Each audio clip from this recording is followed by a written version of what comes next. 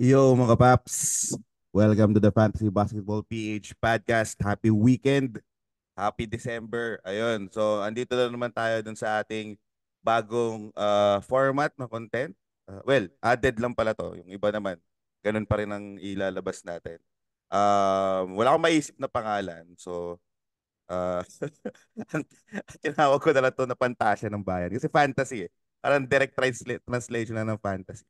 Tapos pang kalahatan lang. Actually siningit ko lang 'yun. Wala nag-iisip na ako na explanation. Gusto ko lang talaga masingit dahil favorite natin si Joyce Jimenez talaga. Yun talaga yun yung inspiration natin. Yun ang nagpatangkad sa atin. Na feeling ko yung mga magiging guest dito, imposible hindi nila kilala si Joyce Jimenez. Pag-usapan natin yung mga yan. So, ang format na to, dahil bago to, quickly ko lang i-explain. Free flowing. So, kung napapatambay ko sa mga tropa nyo, sa mga either fantasy, NBA o kahit ano, usually sa smoking area, over two bats, minsan sa kanto, alam mo yun, nag-basketball kayo, magkikwentuhan kayo. Ang Pinoy kasi may style na unfiltered talaga eh. Alam mo yun, yun talaga yung parang means of bonding nating mga mahihilig sa basketball. So I guess medyo binabrag ko na Filipino flavor yung fantasy basketball PH. Pero nasundan natin yung format ng international. Eh. Though, meron ako nalalagay na ibang flavor. Piling ko hindi ako nag-all in, no? So, alam mo naman tayo, sabi ko nga doon sa live Q&A natin, hindi tayo mahilig sa safe. Dumudulo tayo, dumudulo. So, dumulo na tayo ngayon at syempre, huhila tayo ng mga random to ng mga tropa at even coming from mga nagchat-chat and message. Pero umpisa natin sa mga tropa, of course. Top of the list, hindi nila alam na sila yung magkakasama ngayon. Yun ang ginawa kong style para medyo may ilangan ng konti sa umpisa. No? Tingnan natin kung paano magiging organically connected yung ating dalawang guests ngayon. So, umpisahan natin dun sa, isa to sa mga nauna din na talagang naglabas ng mga fantasy at NBA content sa FB representing the Philippines. Iba na rin to, literal na next level yung mga galawan nito. Nakita ko nakasama na nito sina Donggalo Records. Let's go. So sina sina Andrew E. Lods na yan. So pakilala natin Chupat, Patrick Laroa na next level fantasy paps. Let's go. Thank you, Papi Roy. Thank you, thank you. Ayun, Paps, Maraming konting salamat ano sa naman, ano. konting Maraming salamat intro. sa pag-imbita. Ano na? Konting intro, konting intro. Okay, okay. Ayun po, happy to be part of Papi Roy's FBPH qualifier. And ayun, apart from fantasy, good friend din si Papi Roy talaga. So, fantasy rin yung nag-connect sa amin. But nagkaroon pa kami ng work niyan. Tunay na work ni ni Papi Roy sa Kumu. So, ayun, I'm happy to be back. Ang tagal ng huling guesting kay Papi Roy. So, thank you. Thank you dito, Papi Roy. Oo, saka ito si Paps, si Chupat, tawag ko sa kanya Chupat eh. Isa to dun talaga sa mga unang nag-organize ng league-wide fantasy leagues actually, Papi Roy, invitationals. nagpatubo ako para medyo Oo, bagay sa guest. parang ano nga eh, sino nga ba yung yung Wanggu. gitarista ng Kamikaze? Si tagi ito. Yan, Paps Simon. Sino nga ba yun? Si Jomal. Yan, Jomal. Yeah, let's go. Para si Papi Jomal Pasok yung ang kasama pangat. natin. Oh, ayun. Shout out kay Chupat. Ito naman, next guest natin. If kasama kayo doon sa biggest group ng fantasy sa Facebook, ito laging sumasagot to, aktibong-aktibo to. Saka syempre, kung talagang aktibo din kayo dun sa mga pubs na liga ng pangmalakasan, malamang lagi itong nagtatanong na magsasali or what that. Isa to sa mga pinaka-aktibong fantasy GM hindi lang sa Facebook, in the Philippines to, in the Philippines. So, Simon. Tama ba pa pronunciation ko? Ano ba yan? Simon, Oh, Simon, tama naman, Simon. Simon, Simon, Simon. ayan, Paps. Pakilala mo. Pakilala ka naman ng konti. Hello, ako si Simon, no? Bale, nag-start ako mag-fantasy, I think 2009. Pero parang 2021 ko nakilala si Papi Roy. Sumali ako ng isa sa mga prize league niya. Then, pinalad naman ako mag-champion, no? Nagtapat kami sa finals, pero tabla. Ganon ka bigat yung finals namin, no? Tabla, pero medyo sinuwerte sa tiebreaker. Then, gusto ko yung knowledge na nakukuha ko rin sa kanya pag nakakausap ko. So, malaking bagay na mayroon na itong fantasy basketball na page niya para nakukunik niya yung mga addict sa fantasy. Yeah. Yan. Thank you. Addict sa pantasya. Ayan. Napakadami niyan. Yung iba, tahimik lang sa umpisa. Ayun. So, siguro umpisahan agad natin yung kwentuhan natin. Kasi nung isang araw, doon sa mga guests namin, ang common denominator nila, pareha silang LeBron fan. So, babalik ko muna ulit sa inyo. Ikaw, Paps, Simon, sino ba talagang fina-follow mo sa NBA? O kaya, hindi, ibahin na lang natin. Sino yung paborito mong fantasy basketball player? Sino yung, atabs mo, Paps? Sinong bata mo? Ano kasi ako Kobe fan ako, no? So, hindi siya siguro hindi siya top 25 player, no? Pero pag maganda laro, nasa top 30, top 40 siya. Mahuhulaan mo ba? Walang assist. Points Oh, leagues. Nasa points leagues, malakas yun. ano yun? 9 cut siya, pero nagta-top 40 siya ng walang Oo. assist. Mahuhulaan mo. Ano Pang, yan, sorry. Top 40 siya na walang assist. pag maganda ang laro niya, top 40. Pero feeling ko ngayon, mga top 60 lang siya. Siguro third best player siya sa team ngayon. Third best player, walang assist. Si Oo, MPJ ba to? tama.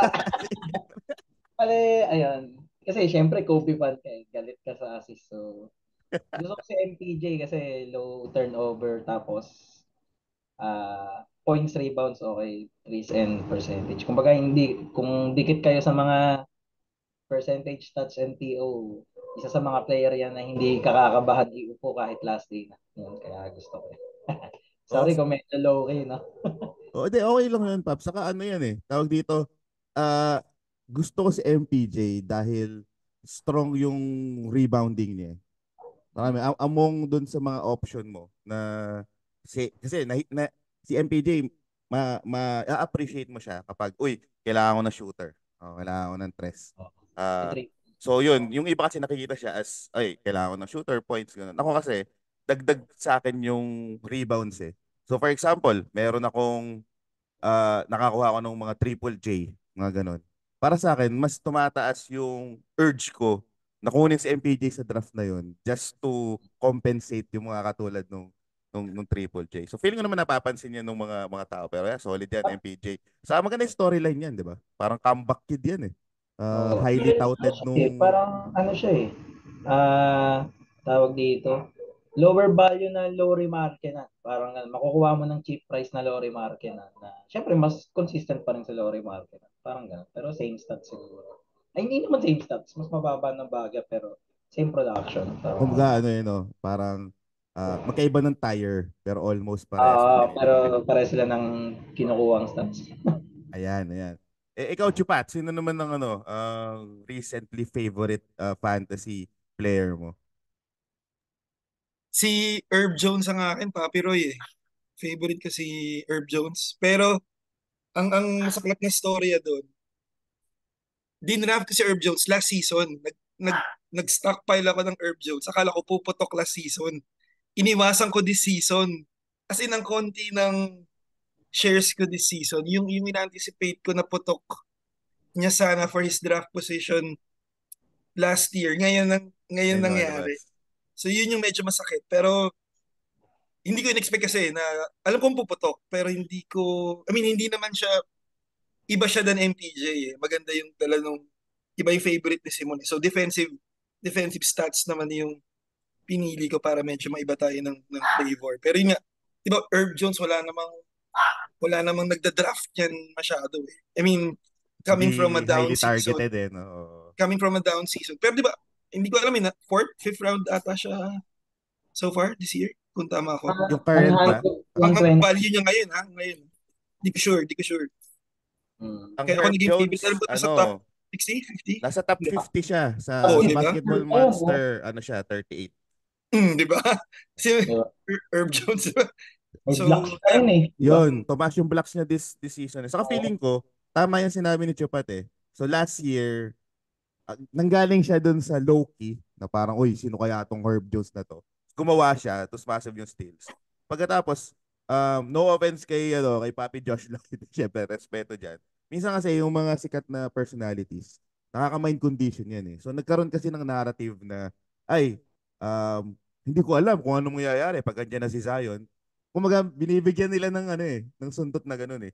Which is, ano naman kasi, logical naman. Hindi mo naman masasabi na, ay, ano, scam tong mga to.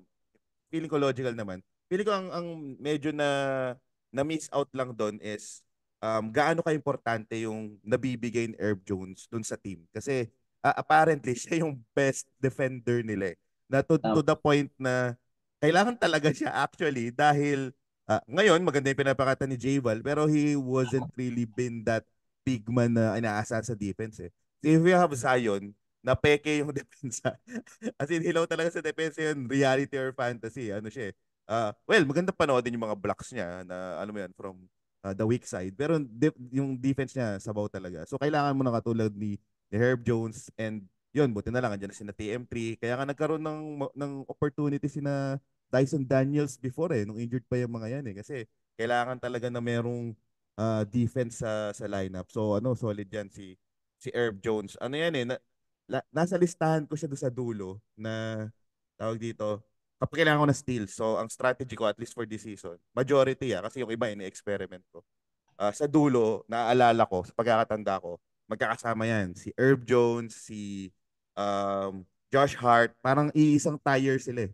Na Ah, majority na nabibigay nila Bruce Brown. defense eh. Diba, mga Bruce Bruce Brown, Brown. tama. Oo, yan. Pagkatapos, syempre, ang nangyayari sa akin, hindi naman ako sobrang aggressive. Para kung ano na lang yung matitira. Pero Ah, nagkaroon ako ng maraming stocks na Herb Jones kasi tumaas yung value din na Osar eh. So si Bruce Brown, aggressive din yung tao kay Bruce ah, Brown. So dahil tinabangan sila kay Herb Jones I guess. So yun, nagkaroon ako ng several stocks. So solid nga yung Herb injured Jones. din kasi si Trey Murphy nun, no? Kaya Oo, tumaas talaga umpisa ng ang season, curve. injured si Trey Murphy. Oo. Maganda yung binanggit mo, Papi Roy, na cluster ng players. Sa dulo ko naman, yung mga ganyan ko, Taibul, Caruso, di ba? Yung Ah, mga bubunutin mo sa dulo. Actually, baliktad din. Ang konti ng Taibul ko this year. Kasi nga, sunog, tawag ko sunog eh. Yun yung mga sunog last year eh. Parang ah, nag-Herb Jones ako, nag-Taibul ako, tapos dinrap ko din, di ba? Parang, sasabihin ngayon, sayang, pwede pala. Ba't pa ako nag-Trey Jones? Tsaka, ba't pa ako nag-Wiggins, di ba? Ang so dami ano kong talaga, Wiggins eh. Ang dami kong Wiggins. Si yun Simon may talaga. Wiggins din yun eh.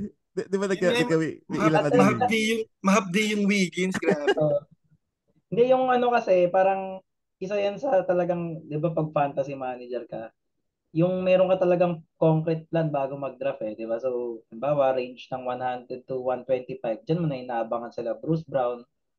Tapos yung 126 to 150, yan naman yung kay Boss Patrick na sila Tybull, sila Caruso, KCP ba umabot pa sa ganun? O Hindi na, Katiak? maaga nakukuha si KCP Oo. neto eh. Kasi ano eh, bakit nga ba?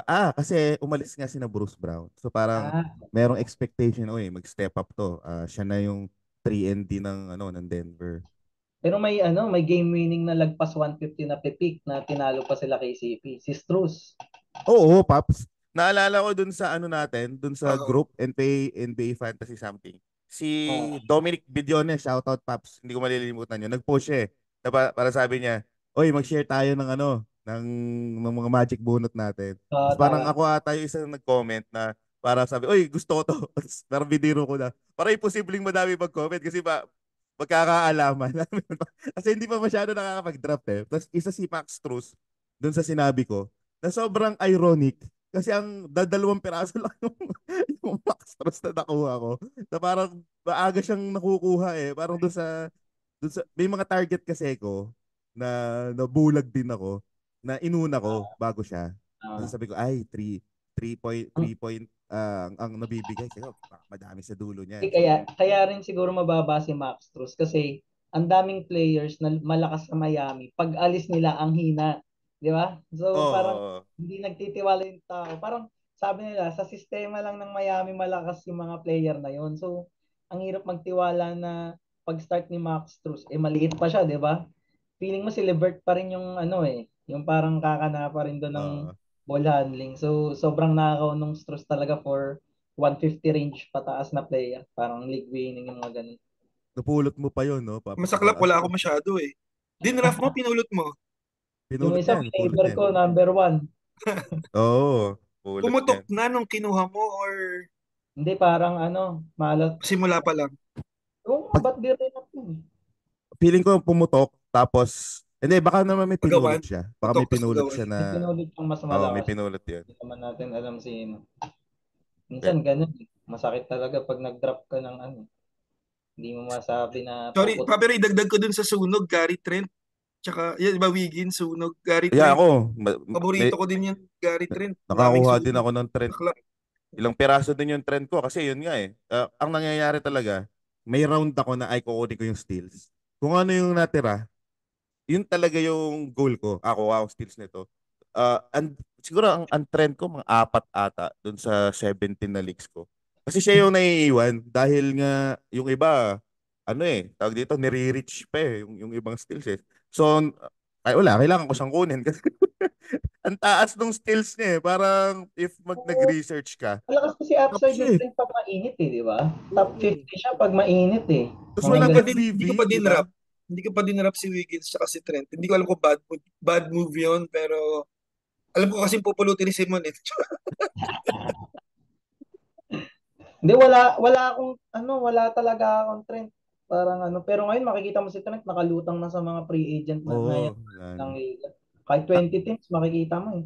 hindi, hindi na kasi, parang mayroon kasing mga players na i-burn ka, tapos may logical explanation. Alam mo yan? Ano, tawag dito, iniinda, o kaya hindi nahuhulog. Puta Hmm. si Trent, pati free throw, hindi nahuhulog. Pati si Venus sa baba. Hindi ko na mahanapan ng logic eh. Kaya tapod ko lang ito mga Trent Jr. na to. Tinay ko nga manood ng laro niyan. Sabi ko, ano ba nangyari kay Gary Trent at ang hina na?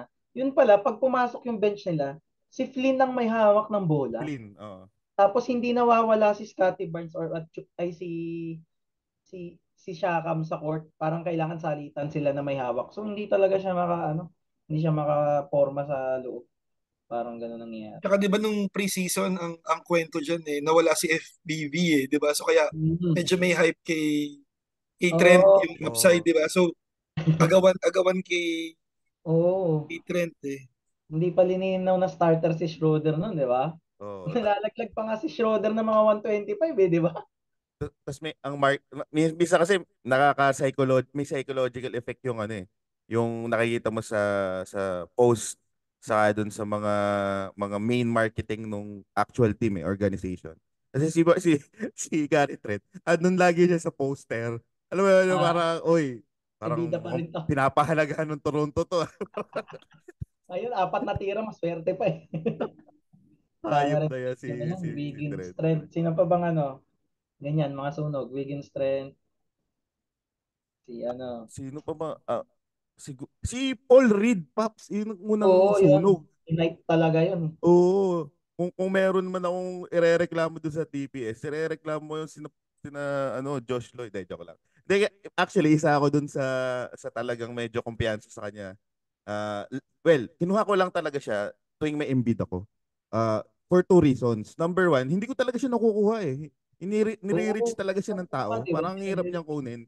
Tapos pangalawa, yun nga, naisip ko, kung meron man akong situation na magiging aggressive ako sa kanya, yun eh, pag meron akong Embiid, yun yung parang in the back of my mind para, yun nga, whatever happens, meron akong logical na reason. So, ayun, after 1 week, nandun na siya sa F. Ang nangyari kasi noon, parang hinipe si Paul Reed eh. Kasi possible na si PJ Tucker matanda na. Pwedeng mag-start ng PF si Paul Reed, di ba? Then walang nakakaalam nung sabog ni Ubre eh, di ba? Walang Oo. nakakaalam. Ikaw lang ata eh. Kasi ikaw, off-season pa lang, lagi mo sinasabi sa akin, Magic bunot si Ubre. Hindi Oo, ako tsunami, nakinig sa'yo. Kasi nga yung tsunami Paul Reed, papi, Paps. Tsunami na papi. nabe-brainwash ako ng Paul Reed. Sabi ko, paano puputok yung Ubre kung may Paul Reed? Yan pa. Tama ka doon, pa, pero kudo tayo doon. Yung Ubre pick. Saka feeling ko, Paps, yung interview ni Nick Nurse, yun Uh, talaga, kumalat yun eh, na parang pinuri-puri niya si Paul Reed. natin yung the next Parang, Shakam. oo, sa next Yakam, tapos tawag dito, para sa isang player na hindi masyado nagtititira, maganda yung pulso nito, para gano'n. Uh, Ay, alam Squammy, ko na sino Squammy. susunod nating gigisain. Ito, star player to. Number 1 pick. Si Cade. Si Cade Cade, well, Cunningham. ah, ano kasi, sa Dynasty ko kasi, Paps, may Cade ako. Kaya hindi ako naging aggressive kay Cade sa redraft eh. Kasi na parang kumbaga, parang excited naman ako sa kanya, lalo na healthy siya, tapos maganda ng US. Pero hindi naman ako sobrang down sa kanya, kasi hindi din ako sobrang naging hype sa kanya dahil walang na-improve dun sa sa mga kakampi niya. So ito yun talaga eh. So iniisip ko, shit, kumbaga parang um, pag available siya sa third round at least padulo, hindi ko naman tatanggihan yun. Pero hindi ako yung aggressively kinukuha siya unless nakapunt field goal free throw ako. Meron akong free throw, turnover ako. Pero yun, sakto lang. Pero nakaka-burn nga yun. Tinrade ko nga agad yun doon sa route eh. Ay, ito pala, Toronto. oo, ano Yung pala kita doon, no? Tinrade Winston, ko di ba? yun kasi tawag dito, ang sakit eh. Buti na trade mo pa, Papi Roy. Oh, ano yun? Nilagyan ko ng tawag dito, malupit Deontay. na kicker. Lupit ng kicker ko nun, Deontay. Keontae Deontay. George. Keontae Oh, George saka Cade Cunningham. Si Papi Noli, shoutout kay Papi Noli. Kasi nung nireview ko yung liga namin, kailangan din talaga niya ng assist. Mababa siya sa assist. Eh. Tapos okay naman siya sa block. So kinuha ko Yung sa nakuha kanya ko, si Triple J. Triple J. Tapos pinili ko yung pinaka banu niya. Para sabi ko, kunin ko to para lalong Ayan. may Si incentive. Simon, yan ang expert sa mga trade packages. in-offer rin sa akin yung Papi Roy yan, yung same package Oo, niya. sinoffer ko yan. Wala akong assist eh. In-offer niya sa Mobley ko. Ngayon, nagsisisi na Buti ako. na lang. Unang kumagat si Papi Dolly, sabi ko. Kasi bumababa na rin siya. Kasi ganun, pag may nagtatanong sa akin, yun lagi explanation ko eh. Um, Masarap pag-usapan yung trade. Akala mo napakadali. Pero mahirap makipag-trade kasi kailangan mo ng approval ng may-ari. Sa kailangan mo pa ng approval ng commission o kaya ng liga. Depende sa format mo. Kaya ang strategy ko lagi, titignan ko yung mga nasa baba. Kasi kung meron naman naghahanap ng changes, malamang sila yon. Oo, Napakadaling tama. Diba? makipag-usap, Yan yung di una ba? mong titignan eh. Sino yung mga Oo. nasa baba eh. Sigurado sila yung may gustong mag-mekos-mekos dyan Oo, sa... di ba? Diba? Para mag-mix nila. Kaya yun, Kami ni Boss Patrick, nag-trade kami nito. nito. Nagsisi nga ako doon, nagsisi ako. Boss, wag ka mag-alala. Si Werther, siya na nakasunod sa pila ko ngayon. Ayan, Medyo, yung Sohan Werther to, di ba? Oo. Kasi nakita ko yung team Ano. niya may ano eh, all around eh. mutual naman yung trade actually. Pareho Oo. kaming umangat ni Papi Oo. Simon. Good trade yun actually. Joke Kumbaga lang nagsisi ako pinapatay. pero gamble yun eh. Talagang gagamble ka kasi medyo nasira yung pinagsisisihan ko to si Bradley Beal. Oo, isa pa yan, Oo. hayop na Bradley Bill yan. Dapat hindi ako nag-Bradley. Ano to kasalanan to ni sino ba to?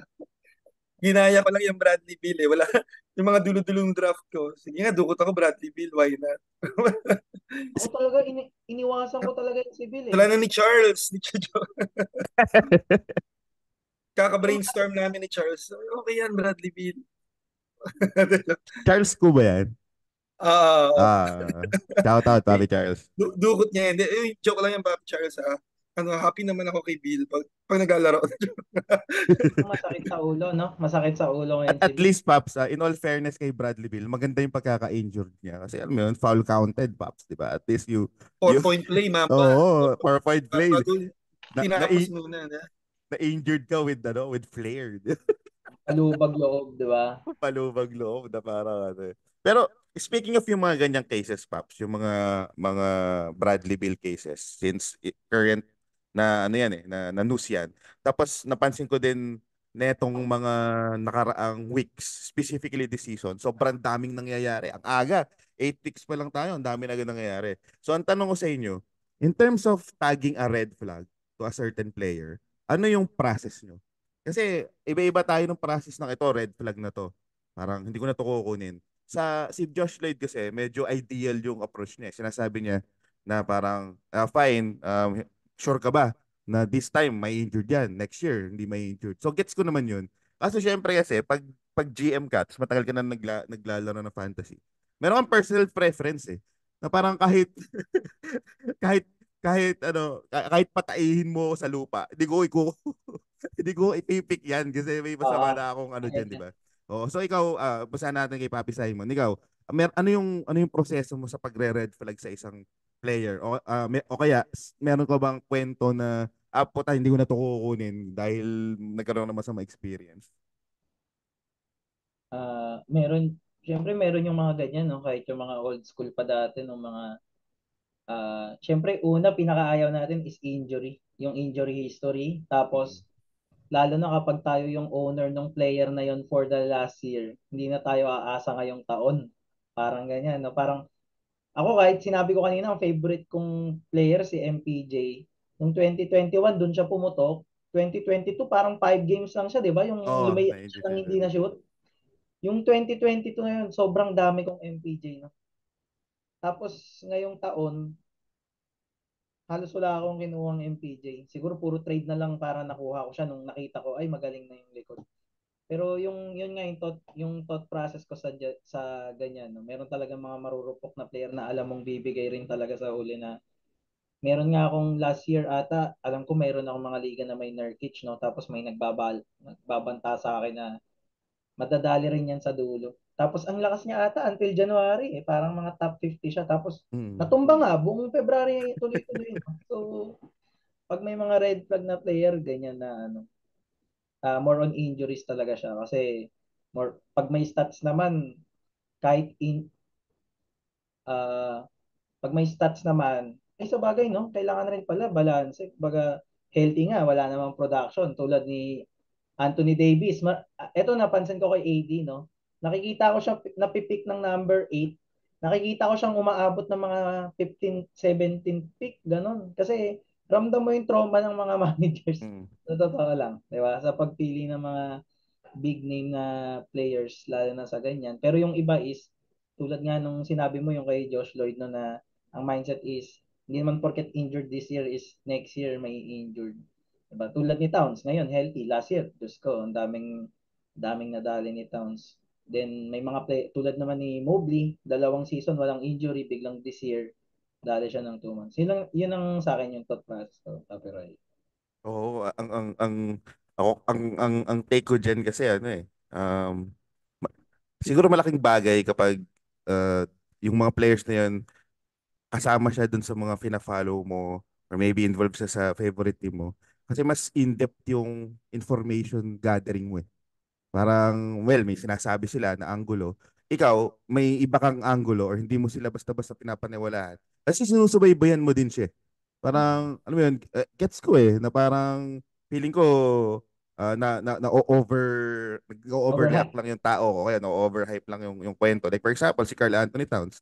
Ano siya eh, parang siyang si Brook Lopez eh. Parang extremes yung spectrum niya. Na from an Iron Man tapos biglang lahat ng tao naman ayaw na siyang kunin hanggang ngayon. He's proving them wrong. If you check yung circumstances para sa akin, kaya hindi talaga ako basta umayaw din dun sa mga Carl Anthony Towns pag may pagkakataon ako. Unless uh, confident ako kasi ang nangyayari, iniiwasan ko yung playoff schedule niya. Pangit kasi yung playoff schedule ng Minnesota. Pero injury-wise, hindi ako masyadong nahaselan.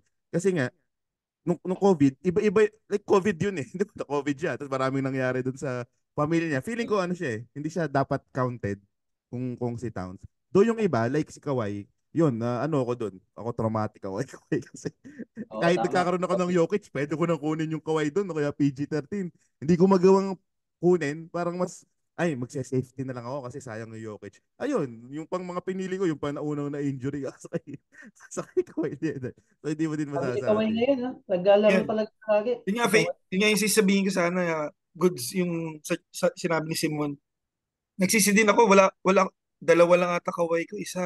Kasi nga iniwasan dahil sa injury. Pero back to back, ang ganda ng, parang Herb Jones ulit, kung ano yung ina-expect.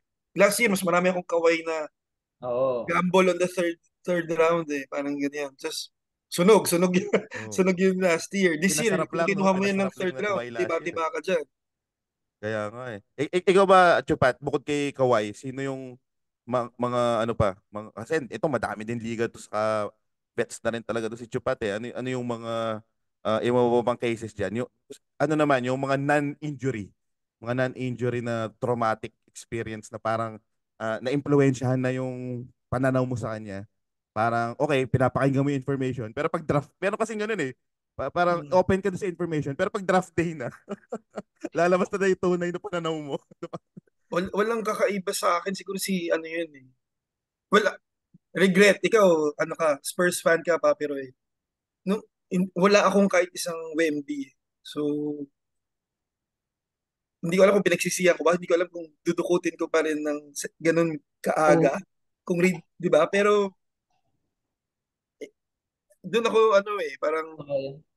binabalanse ko yung hype noon eh. Pero, hindi ako nag-reach. Hindi siya bumagsak sa tolerance ko, kumbaga. Kayo ba? Anong general, Kay Wemby. dinraft niya ba? Tinrade? Si Kamusta Wemby, kayo kayo?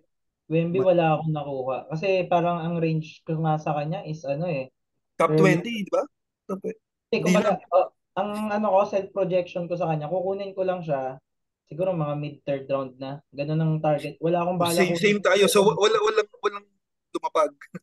O kumbaga, sabihin na natin pahiya akong pahiya, pero hindi ako susugal ng second round ko sa rookie, sa totoo lang. So, kudos sa mga managers na talagang nagtiwala kay Wemby. No? Hindi natin alam na yung 8 foot na wings pa niya, eh, bibigyan ka ng mga 4 blocks, 2 steals kada laro. Tsaka Parang, ano, week winning yung mga laro ni Wemby in the past couple of weeks eh. oo, di As ba? in, dulo ng week, biglang 6 steals. Talagang bubuhatin ka eh. Ano nga yan eh, may isang liga ako na nakuha ko yan sa trade. Hindi ko lang maalala yung nakuha ko. Pero pinamigay ko ulit si YMB kasi medyo nakuha ko PG-13 tsaka Bobby Portis ata kasi guard build din ako eh. Though si Wemby kasi pasok rin sa build ng guard, di ba? High Oo. TO. Kumbaga parang habang nananalo ka sa mga assist points threes, pinapanalo ka pa sa blocks. 2 weeks ko lang siya naging owner ako nung Wemby. Yun nga yung sinabi ni Papi Roy, meron yun, si Wemby na lang naglalaro. Tapos parang 5 steals lamang ng kalaban ko. Nanalo pa ako, yung pala 6 steals. Tapos meron pa ata siyang 7 blocks ba? Oo, 7 blocks. Na ito lang yun. Oo, Nung parang 2 weeks ago or parang last week. 3 blocks lamang ng kalaban ko, nahabol pa eh. Wala nga akong blocks eh, pero kaya niyang bumuhat mag-isa. So kudos sa mga owner na kinuha si Wemby ng second round. No? Then may nakikita pa tayo Papi Roy sa Rushmore. First round niya. Di ba? Oo. So, Kung kailan ako naging willing, yun na yung highest na pwede kong gawin eh. Parang ang nasa naisip ko noon. Una may initial akong plano, yung regular na strategy. So naisip ko parang ito na yung last na liga ko. Gusto kong maging fan. Gusto kong maging fan yung gusto kong mag-enjoy ako. Tapos sakto pa last pick ako. So parang nothing to lose. Kasi sabi ko kukunin ko si Wemby. Kaso hindi ko nga nakuha. Ang only league na meron ako Wemby, keeper pa. First pick ko siya after nung redraft namin. Nagtank talaga ako doon para kunin si Wemby. Kumbaga, wala pa lahat na yan, buo na loob ko. Pagkatank-tank ko last year, hindi pa natatapos yung liga. Ang pangalan na ng team ko, Project Wemby. So alam na lahat na si Wemby kukunin ko. alam mo yung Ah, script ah. Alam mo yung script. Oo. Kaso, nung una kasi, ang tolerance ko kay Wemby is, halos pare-pares tayo. Early first round, late second round. Parang, yun na yung highest. Parang, okay, sige, fine, willing ako. Ang goal ko pa nga nun, Triple J Wemby, shit, home green. Kaya, makabuo nito. Parang, ano ko to, project build. Ang problema, nung time na buo yung loob ko nun, yun yung time na bago-bago pa lang nagda-draft mga initial. Ang taas kunin ni na Wemby sa kanila. Mataas na nga yung initial ko projection. Mayroon pang mas matataas sa akin na kinukuha Oo. siya. Silang Nabuo apat loob, yun. na mas buo ang Mas loob. buo loob, oo. Apat Oo, sila nun. kudos. Si Kessler. Parang naalala ko na nun. So, nung early opening ng Yahoo, ang aga nakukuha niyan. Si Wemby, si Shet, si Triple J, sa si Kessler. Grabe. Si Triple J nga, kinukuha sa ano eh. Parang meron akong nasalihan pick, 8. fifth pick ata or sixth pick mo dun sa Oo. Rushmore to ah. Sabi ko, wild, wild. So, ayun nga, siguro ano siya, tawag dito, okay lang, hindi naman ako nagsisisi na, well, meron ako isang Wemby so na-enjoy ko siya. Pero hindi naman ako sobrang nagsisisi kasi, um, bakit ba? Wala, ganun talaga eh. Yan Minsan ata talaga, pa. oo, hindi chumechempo eh. Hindi Sa ano yan, Papi chumechempo. Roy eh. Iba-iba kasi klase ng mga managers, no? Karamihan ng mga nakikita kong consistent na managers. Hindi sila mahilig masyado mag-reach ng potential. Pinipick nila yung mga proven players. Kumbaga, yung mga consistent na playoff na managers, minsan makikita mo, mas pipiliin pa mag-BAM kaysa mag-Wemby kasi ito alam mo na yung production. Parang ganyan. Pero yung merong mga exciting managers talaga na sobrang creative, no? Yung tipong kayang-kaya nila i-Wemby ng early second round tapos confident sila. Kumbaga, willing sila i-take yung risk ng ganun kaaga. Pero ngayon, nagpe-paid off sa kanila. Parang, Oo. Chet, di ba? Chet Holmgren, ganun din. Second round mo i-pick, di ba? Matapang ka na nga nun eh. Second round, rookie, dalawang big man. Sa, Solid yung, sa feeling ko ano din yan eh. Mind conditioning kasi if bago ka sa fantasy or even tenured ka na, kapag nag-review ka ng strategy, parang lahat ng kilalang fantasy personalities, yun yung strategy eh. Early, sure ka. Parang oh, kunin mo yung quality, tapos nine cat monster, blah blah blah. Pagkatapos, after middle rounds, saka nila ini-encourage yung tao na, oh, pwede ka nang kumuha ng mga high risk, high reward kasi meron ka ng solid na core. So, nagme-make sense naman. Kaso, ako personally, kaya nag-enjoy din ako na mag-explore dun sa iba kong kumbaga magkaroon ng experiment project. Kasi na-realize ko, nasasayang yung opportunity, fantasy nga siya eh. Parang gets mo yun? So parang, kapag, parang isa ako dun sa mga GM na, minsan naiinis ako kapag kinukulong ako dun sa idea. Parang, oh, ito, solid to. Ako parang, gusto kong questionin yun. Parang, well, talaga? Alam mo yan, parang, sigurado uh, ka na matibay na yan. Putik, isang injury lang yan, giba na agad yung parang statement mo, di ba? Di ba? Kaya yun eh. Ito pero, si Chupat, ano to eh. Napansin ko sa mga drop ni Chupat, um, pang Boring, nine boring, cuts eh. Hindi, boring. hindi. Oo, pang nine cuts siya. Yung parang sigurado, parang mm, well thought of yung mga picks niya considering the whole nine categories. Meaning, uh, pati turnover sa field goal Ah, percentage.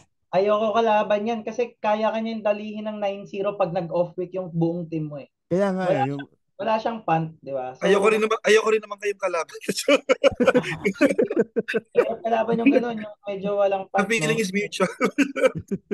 Uh, And then pero, yung maganda yung sinabi niyo kanina dun sa um, dun din ako nagmi-miss out kasi nga ako yung boring. Like for example, sinasabi ni Simon, ako yun yung magbabam na lang ako kaysa Wemby. All day, any day, di ba? Parang, I uh, mean, before this season, di ba? So, syempre, hindi ako wala nga akong chat eh. Wala rin akong chat. So, hindi ko alam kung pagsisisiya ko yung mga yun. Tapos, yung strategy na diniscuss ni Papi Roy, maganda din. So, kasi solid, tinatry ko as much as possible, solid core din. Kaya ako nagkaroon, ang mga risky ko na nga na-pick yung mga Duren, na okay. Kasi nung una, okay, okay sa yung mga, traditional style ko, hindi ako magduduren eh. Hindi ako Mark Williams. So dahil ginaya ko yung sinabi ni Papi Roy na build mo na yung first 5 rounds, nakakadukot ako ng Duren tsaka ng Mark Williams sa pareho namang pilay. oo nga, Pilay na ngayon. nakakainis talaga yung mga yun. Pero yun yung medyo bumitbit nung mga sablay kong picks. pero isa nga sa mga, may napanood ako no, na ibang fantasy na nagpo-post din ng ganito. Ewan, pwede ba banggitin yun, Papi Roy? Oo Yung, naman, pwede, syempre. ano, shout out Unfiltered to eh. pinapanood ko sila, ano, yung fantasy trash talk. Oo, nababanggit ni Papi AJ Ong yan eh. Shout out Sinabi Papi niya AJ. talaga doon, sabi niya, hindi siya naniniwala na may rookie papasok tapos bibigyan ka ng top 15 value kahit anong mangyari. Tapos, pag nakikita ko yung mga stats ni Wemby, pag may tamang punt ka ng field goal percentage, nako, top 15 yun. Walang ano, no joke. Sabi ko, grabe. Kaya parang na-brainwash din ako ng pinod. Sa bagay, rookie nga, no? Tapos, kayang-kaya. Sabi niya, wala, hindi, imposible mag 2010 rookie, di ba? Tapos, kailangan pa magpalaki ng katawan. Ngayon, ang lakas ni Si Wemby. Towns lang naman kasi talaga in the history before. Di ba? Oh, Tama ba? Si recent Towns lang memory. Oo, tama. ang sa Sounds. naalala ko. Si Towns. So, numbers and odds wise talaga. Oo, no? Si As much Towns as lang. Wemby siya, di ba? Kung medyo yung tolerance mo mababa, hindi ka susugal eh. Hindi talaga. Kasi sino ba yung mga huling ganyan? Wala. Parang Oo. Wala. lumalabas Cade na. Parang in recent. Yung hype, di ba? Na Oo. parang, Kasi si Cade, ang naging bentahe sa kanya nung college, ano siya, organized playmaker siya. Kaso, kahit organized siya, Hindi kinaya. Hindi organize yung organization niya. Hindi kaya ng sistema eh. Hindi kaya, hindi kaya si Monty. Ang next kong tanong mga paps, kasi sakto eh. Nasamahan tayo ngayon ng dalawa sa mga kilala kong talagang um, iba yung likot ng isip in terms of creating trades. So, in terms of creating trades, um, madami na tayo na share about yung pag kailan ka magte-trade, ano yung valuation and all. Ang tanong ko naman is um pag top ka, usually naman napupunta kayo dyan, mga top 1, top 5. Totoo ba na mas nagiging tamad ka? O pag kayo ba nasa top, mas gusto nyo pang improve yung team nyo na parang, i-trade ko na to. I-trade ko na agad to para sa mga upcoming weeks, makakuha ko ng profit. Anong take nyo dyan na kapag nasa top kayo? Kasi nung isang episode namin, napag-usapan namin, kapag nasa bottom ka, paano ka aangat? So kayo naman, kapag nasa top kayo, paano nyo naman siya mame-maintain? Nire-review nyo ba siya lagi? Nire-review nyo, kino-consider nyo pa rin ba yung trading? Kasi ang problema sa pag nasa top ka, may tendency ka to be complacent eh. Lalo na kung madami kang liga, parang iba-brush off mo na yan eh. Titingnan mo na lang yung ibang liga kasi malakas naman ako dito eh. So tatama din ka sa pag-add ng FA, tatama din ka sa mga trades. So kayo mga paps, anong take nyo dyan? Umpisa natin yung Chupat. Ito sa ano to, shout out sa Pinoys ni Papi Simon. Uh, Nananahimik yung team ko, top 3, top 2, ganyan. So, hindi na talaga ako nagtitrade dapat. May nanukso, Papi Roy, Lamelo Ball. Looking for trade daw. Natukso ko. Binigay ko Yung sa bonus. sa bonus, good trade no. I mean, Hindi, pero siya, ano yan eh, classic, classic reminder na oh, kung okay naman yung team. Pero di ba, nagamit ko pa ng 1 week ata. ang Nagamit, lakas nila Melo. Ang lakas na yung Melo in-offer sa kanya yung Lamelo nun, yun yung kaputukan talaga ni Lamelo. Di ba nung nagvo-voting pa kami nun, parang may nakakontrol. controversial, pinarevise pa eh, di ba? Kasi nga, Pinarevise pa eh. Parang veto pa sa Lamelo side yun eh. Parang ganun oo. eh. Oo, ganun. Ang nangyari though, para siyang kami ni Simon na nag-equal din kasi nadamay din siya, napilay din si Mitch Rob. Ano kasi yun eh, sa bonus Mitch Rob for Lamelo, Derek White. So parang nangyari, natira sa amin pareho. Nakuha niya yung sa bonus, nagkaroon ako ng Derek White. Derek White. Pero swerte ko lang, solid pa rin naman si Derek White. So kaso di ba, yung tahimik eh. Tahimik na eh. Pero wala, nag, nag-aagaw buhay yung team ko ngayon dun sa Kasi, Pinoys. Pero kaya baka, yun nga, yung, dun sa example ni Papi Roy, talagang applicable din sa akin yun. Mas aggressive ka kapag nasa ilalim ka eh. Kasi, di ba, hindi gumagana eh. And Oo, yun personally ako, talagang hindi naman dahil napaso ako. Alam ni Simon to, pag nag-explore kami ng trade, sabi ko, men, mahirap kalikutin yung team ko kasi pag pumalpak yan, kailangan may kasunod ako na trade eh. Kasi tama. yung the way I constructed yung team ko may specific.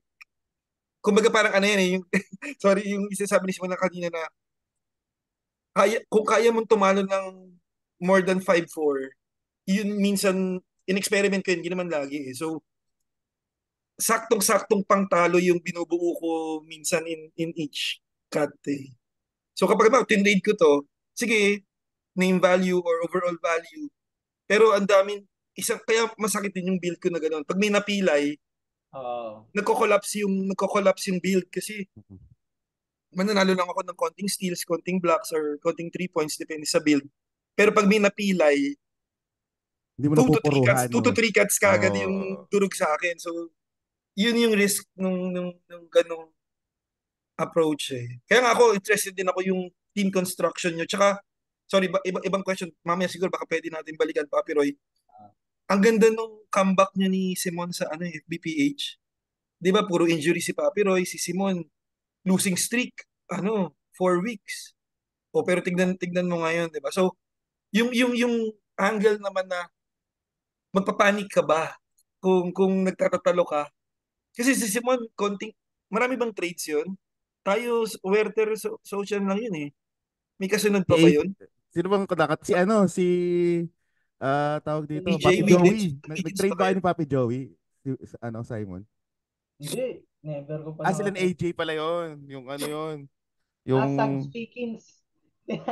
Pagka 28 points, 10 rebounds ni Wiggins, inoffer ko agad sa Sags niya. ah Nakaka-off night lang.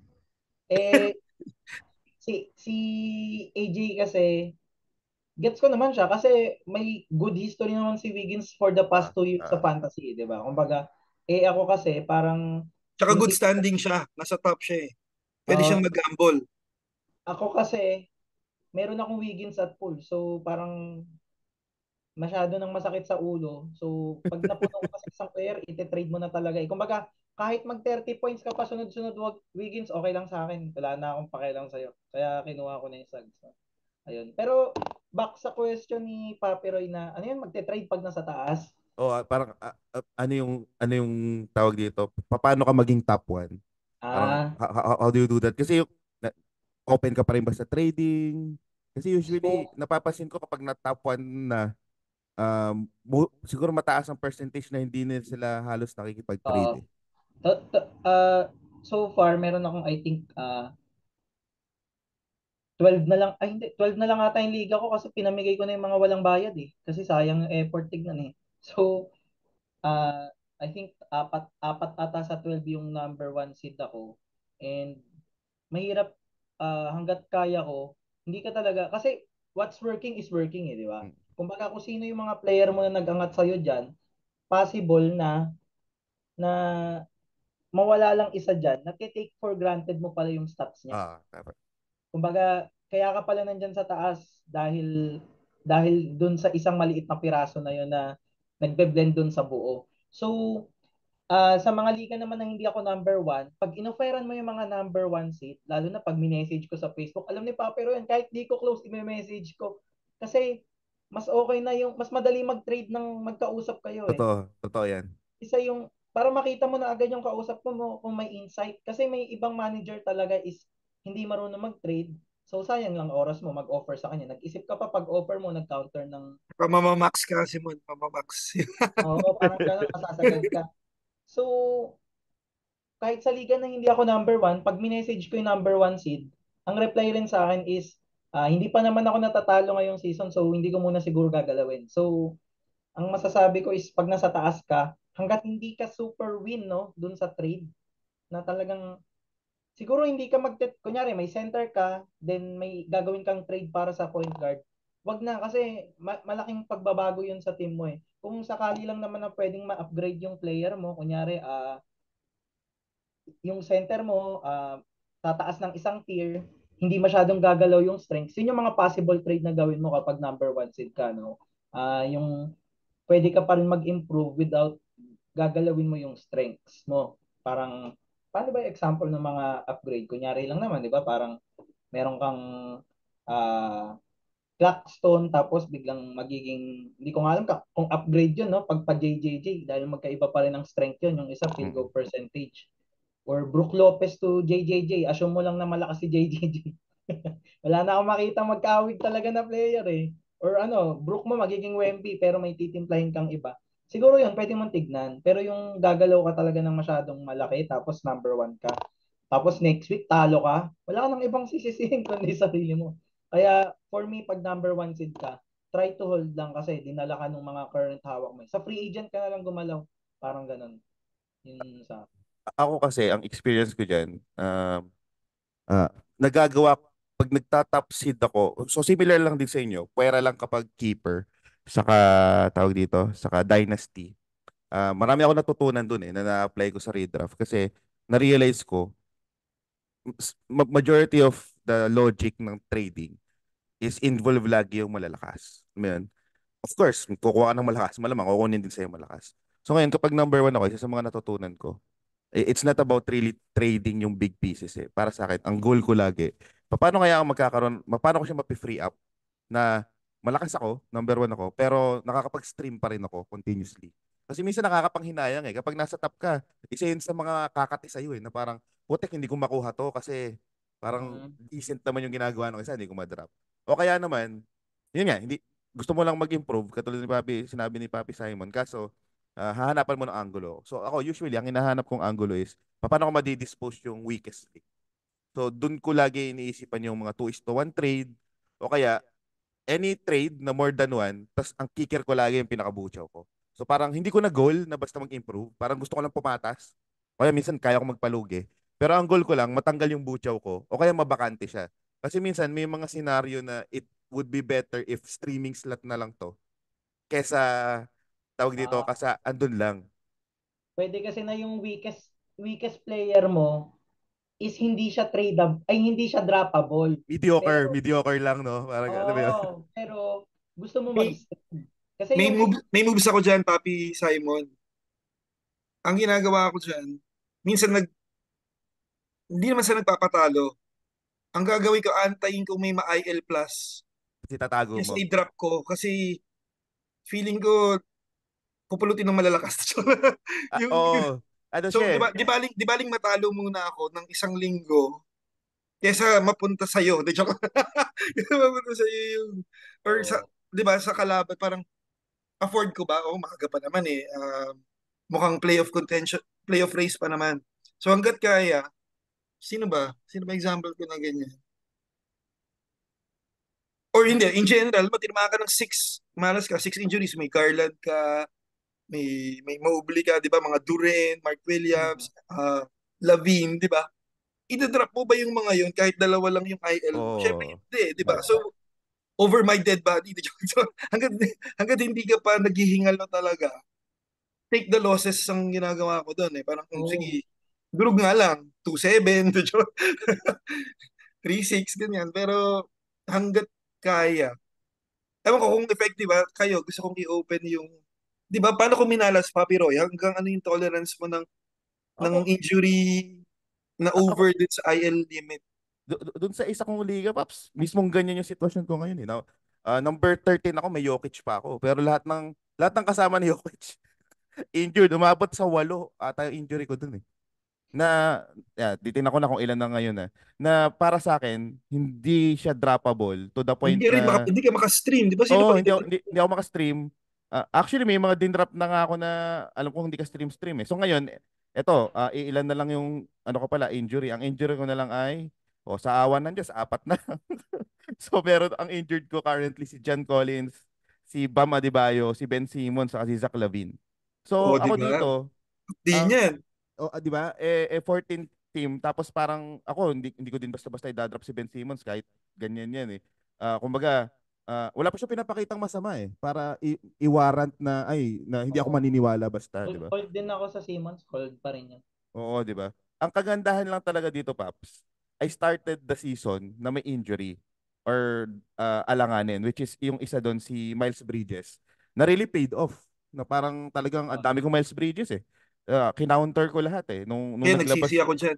nung Wala naman naglabas ng ako. statement na kasi napag-usapan nga namin ito noong nakaraan eh.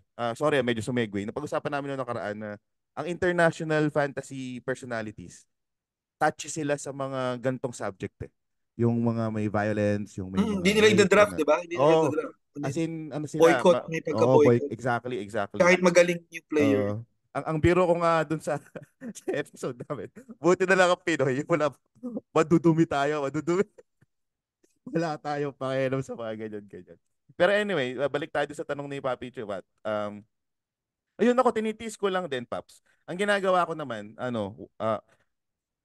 well, na-notice ako. I have to really stream.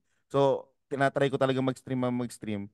Hindi ako nananalo, pero ini-ensure ko na at least maka 4 man lang ako. Mabawas lang. No? Makabawas man lang, hindi matambakan. Kasi feeling ko, kapag bumalik naman tong mga to, medyo, malaki naman. Ikaw naman namang si 7-2.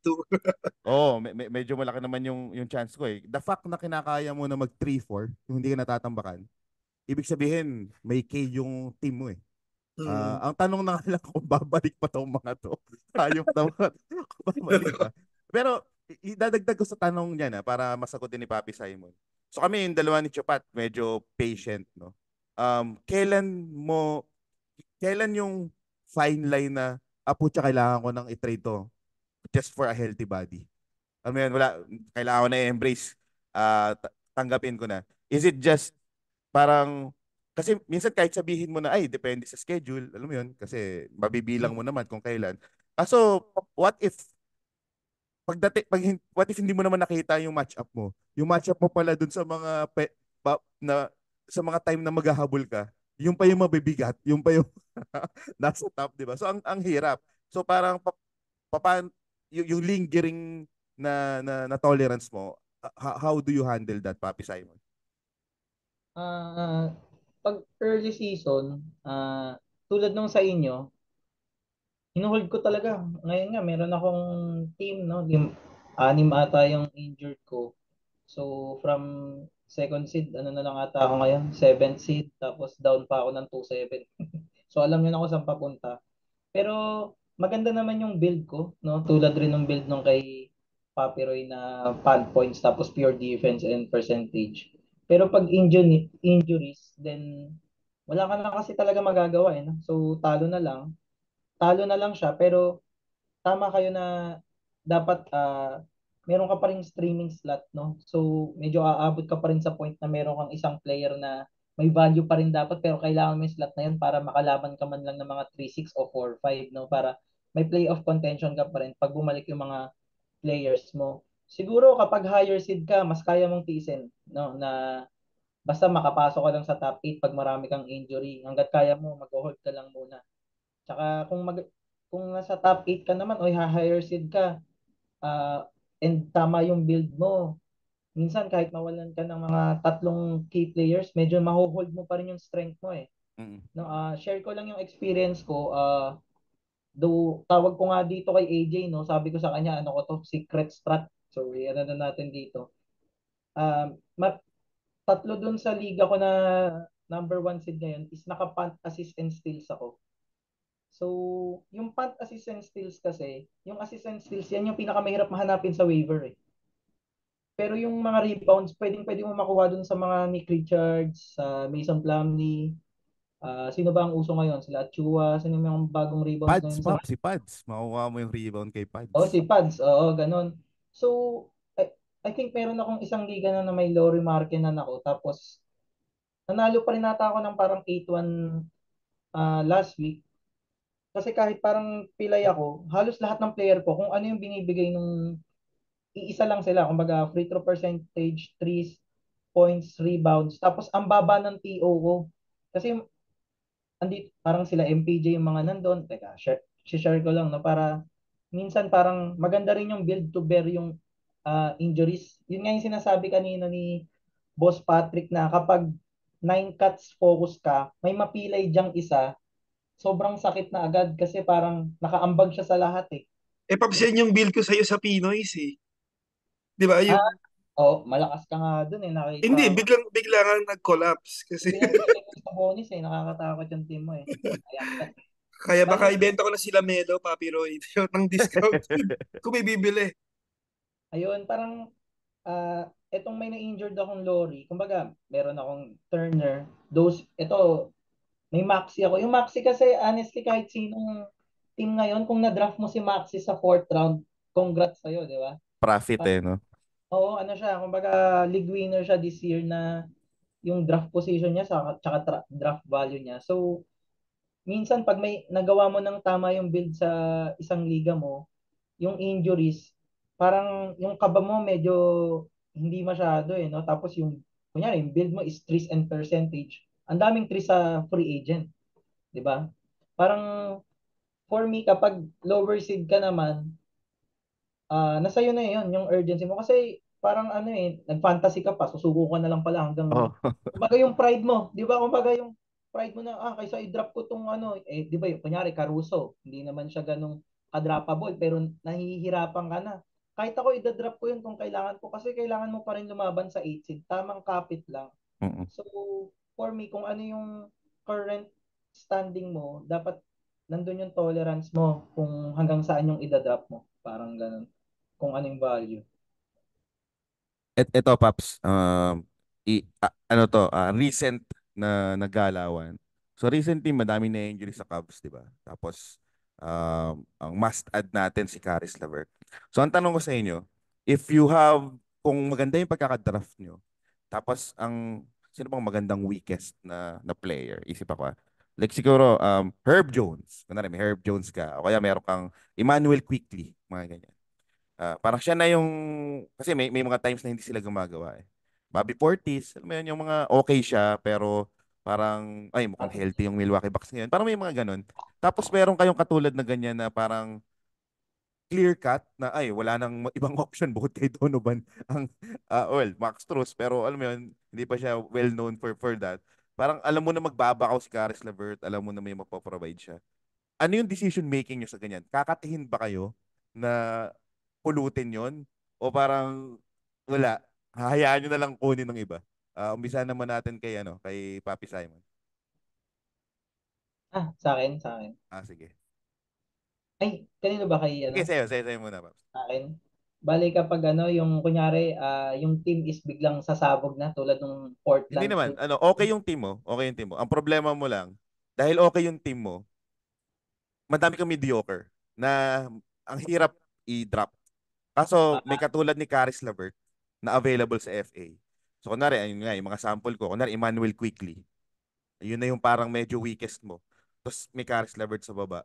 Parang, paano mo hinahandle yan? Parang, kasi kung titingnan mo yung, kung opportunity-wise, saka kung titingnan mo yung possible na rest of the season outlook niya, saka yung current na status na hindi na masyadong crowded sa New York, ganun. Um, makikiliti ka na kung nakunin si LeVert eh. So, paano ka nagde-decide sa mga ganong instances? Hmm. Sa akin talaga titimbangin mo talaga ng sobra. Yan na yung mga player na magkaka-tier, no? Tapos pero kunyari Emmanuel Quickly ka-tier niya kunyari si Levert, kunyari lang naman. Do sa production ni Levert parang pwede nating sabihin eh. Pero si Levert may bigger opportunity tsaka may higher potential. O, So saka pagtingin mo sa FA mo, available pa siya eh. Hindi ka sure maya-maya may kukuha na yan. So yung decision making mo medyo on the clock eh. siguro kung ako yun, kunyari Emmanuel Quickly tapos may Levert ako. Teka. Wala kasi akong Emmanuel Quickly this year, no? So hindi ko alam yung Isip stats ka niya. nung medyo mediocre. Yun yung mga naiisip ko na parang minsan gusto mo nang i-drop, di mo tapos parang nag-aalangan ka mag-drop eh. Sino ba yung mga ganun? O kaya meron kang faults na injured. Kaso may news na napabalik. Yun yung, alam mo yun, yung medyo sa mga sitwasyon na alanganin. Tapos meron talagang hot free agent. Siguro si Chupat muna habang Habang chinecheck nag-iisip niya. si Simon, So, boss Pat. kapangalan niya yung dinampot ko eh. Fontecchio. Si Si Simon, oh, solid Simon. yun. So, tsaka si Exum. Yung akin naman, mas napanood ko kasi yung mga video nung injury ni Kyrie. Tapos, nag-speculative lang ako, Papi Roy. Nire-rotate ko na kasi yung Exum bago pa yung Kyrie injury. Ang, Oo. ang mga nabitawan ko lang ata naman, hindi siguro din ka-tier, pero sa akin kasi, sa build ko, importante yung mga Kyle Anderson yung mga Scrappy, maliliit, no? may Oo. chini-chip in sa bawat Do category it na all. maninipis. Chani-chani yung tawag natin yan, di Ah, ba? So, ano, Enchantress, no, mga Enchantress. yan, yan. Chani-chani, di ba? So, Umiimpetus. so yun, mga kaya kong i-let go yun. And hindi naman ako nagsisi kasi at least nakasimot ako ng pinapakinabangan ko yung Exum kasi yung mga liga ko na may big injuries ako, laking tulong nung Oo. Fontecchio tsaka Exum as Band-Aid solutions parang ganyan. Pero maganda example mo kanina, yun nga. Kung quickly revert, siguro baka kagatin ko. Kasi nga, paano ba? Di rin naman stable feeling ko si quickly because of the New York rotation So Oo. sasamantalahin ko yung opportunity na hopefully spike ni Levert. So same yun nung dinrap ko nung ginrab ko yung Exum tsaka Fontecchio Okay naman ako Kaso sayang yung kumbaga ano ba tawag dyan?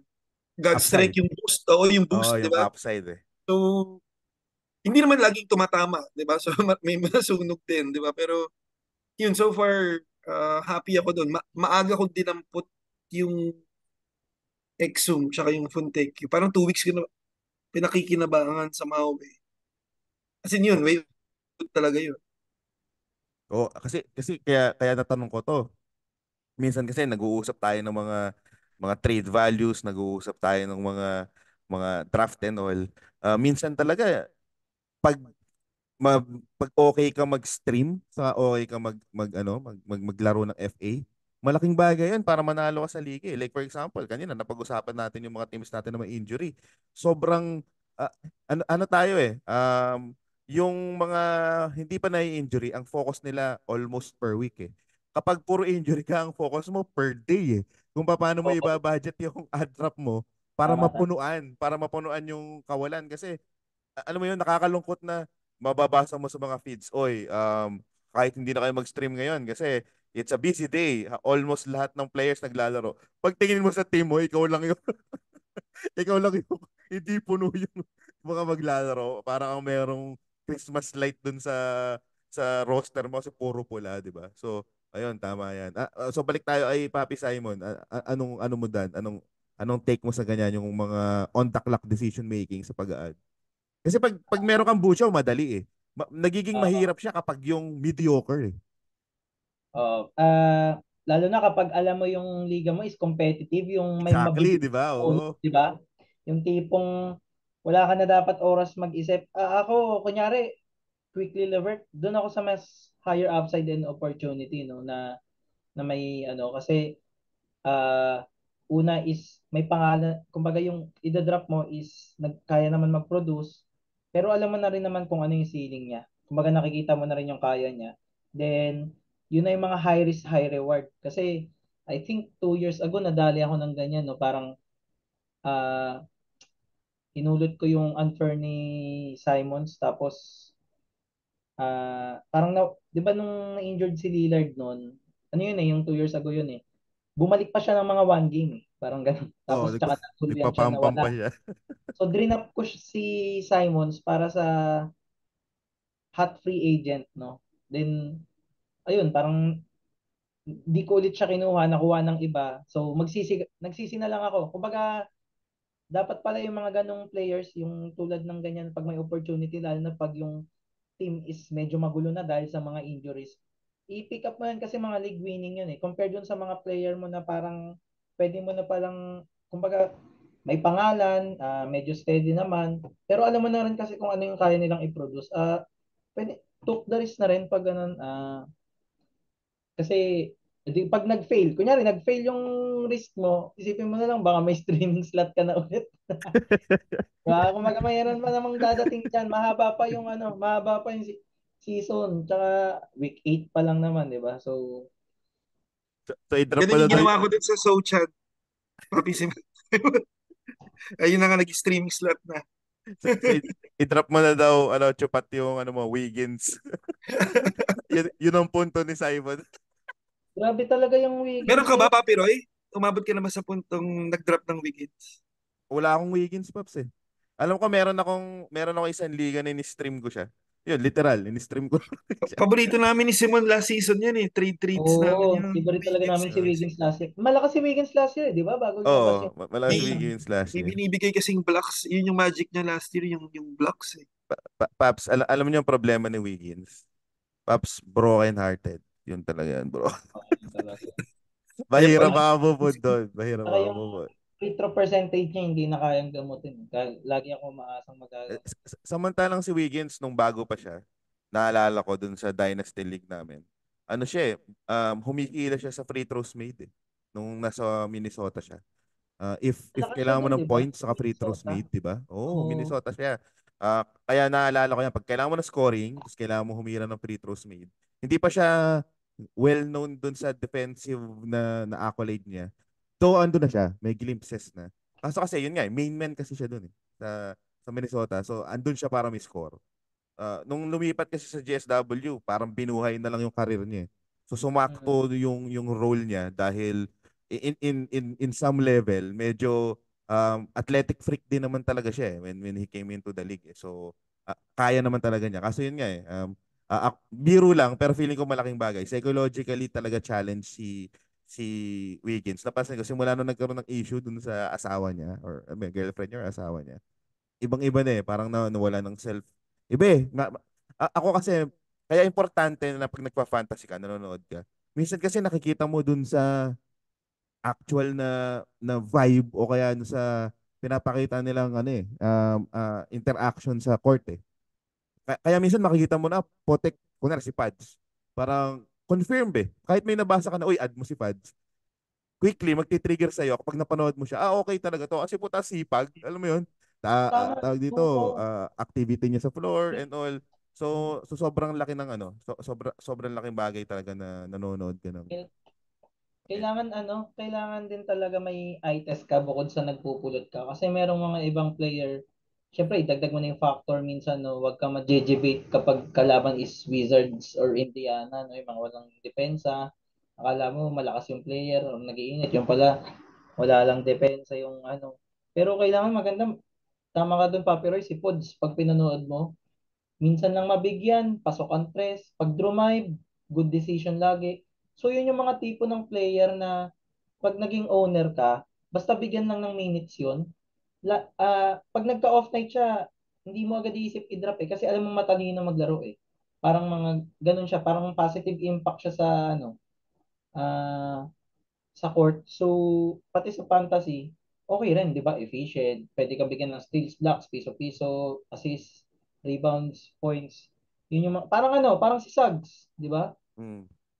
Ang ano ko nga kay nung huling episode namin, ang sabi ko nga doon kay Papi Jello sa kay KP eh, na ang nakikita ko kay Pads para siyang Josh Hart eh. Nakikita ko kasi yung activity niya, yung cut, yung aggressive na siya sa rebound kahit na under height, yung height niya hindi ganun kalakihan. May panaka siyang steals, nakita na natin. Tapos of course, GSW ka, imposible hindi ka tumitira ng tres. So yun, feeling ko malaking bagay yan na kailangan talagang i-practice din, lalo na ng mga bagong GMs. Kasi we start, before fantasy, kailangan talaga NBA fan ka. Kasi advantage yun eh. Sa trades, sa drafts, sa lahat, advantage yun na meron kang nakatagong experience o kaya historical na knowledge sa NBA dahil doon din naman talaga nakabase si fantasy. So, para sa akin, malaking advantage yan. So, to cap our episode, sobrang solid, no? Ang dami na natin na pag-usapan agad. Ito, ang last na tanong ko sa inyo, mga paps. Um, ito medyo seryoso to. Ano yung umaagaw sa attention nyo bukod sa fantasy? Naramdaman nyo na ba yun na parang, oy, gusto ko mag-check ng fantasy o kaya uupuan ko. Tapos biglang may aagaw ng attention na aagaw ng attention nyo na madadivert kayo, hindi biglang hindi ko na ma-check yung fantasy ko. O kaya minsan tatama din ka. Wag nang work kasi minsan talaga work or family granted na yan eh. Malamang ito si Papi Simon, posible mga ano to, mga games or pag may laro ng Dota, nangyayari ba sa inyo yun na parang na-disregard nyo or napapabayaan nyo yung fantasy kasi yung iba yung hobby o kaya iba yung interest, biglang may importanteng event o kaya to the point na minsan talaga, minsan nauumay ka din eh dun sa fantasy. May mga weeks akong ganun eh. Na biglang nauumay ako na nakita ko ang daming post ni na Josh Lloyd o kaya parang basta ang daming activity pero hindi niya nakukuha yung attention ko. Parang feeling ko another day at the office lang to, parang ganun. So mas pinipili ko pang manood na minsan ng mga ako nanonood ako ng mga battle rap o kaya mga MMA, mas nahihila ako doon. So kayo ba ano yung mga ganun distractions? Ah, ako na muna. Sige, go. Papi Sayo. Bale, ako minsan yung mga ganyan pag kunyari nanon minsan sinasabay ko sa fantasy, naka dual screen naman ako. Pag nanonood ako ng mga YouTube tapos mga games, ganyan. Ah, pero yun nga, minsan games, no? Or pinakamahirap siguro isabay sa fantasy tapos madedisregard mo fantasy is pag nasa galaan ka talaga. Kumbaga, wala na nga akong choice nun kundi ilagay ko na sa reminders ko sa notes ko yung gagawin kong mamayang alas 4 o alas 5 eh. para lang di ko makalimutan. Kasi honestly, meron nga akong nakalimutan ko lang si Pods din ata yun, no? Parang nagdadaldalan kami sa GC ni AJ, tapos hindi ko napansin 4:08 na nadampot yung Pods. May, Sabi ko, may nakuha na. Ako ba oo, yun? Sa atin ba yun? Maaga akong kinuha yun eh. Si feeling Pod ko sa nga atin. baka ikaw yun eh. Hindi, pero hindi kita masisisi kasi 8 minutes na yung lumipas, di ba? Oo, oo. Saka May madami injury eh. Kaya medyo naging active ako nun eh. yun. Kumbaga, I think, minsan, sa akin, so far this season, wala pa naman akong week na parang nauumay pa ako sa fantasy. Pero feeling ko kailangan din, ang pinakapahinga dyan yung All-Star break, no? Oh, Yun, All-Star break. going forward ako yung 2 weeks na yun na feeling ko dapat ipahinga din kasi malapit na yung playoffs. Hindi pwedeng puro fantasy, kailangan mental ready ka rin talaga pagdating ng ano. Kasi hindi, pagdating ng fantasy playoffs, hindi lang team mo yung ano mo i-scout mo na Kasi rin yung totoo kalaban mo yan. eh. Di Buong ba? liga na yan. Yung top, at least yung top half, kailangan i-browse mo talaga yan.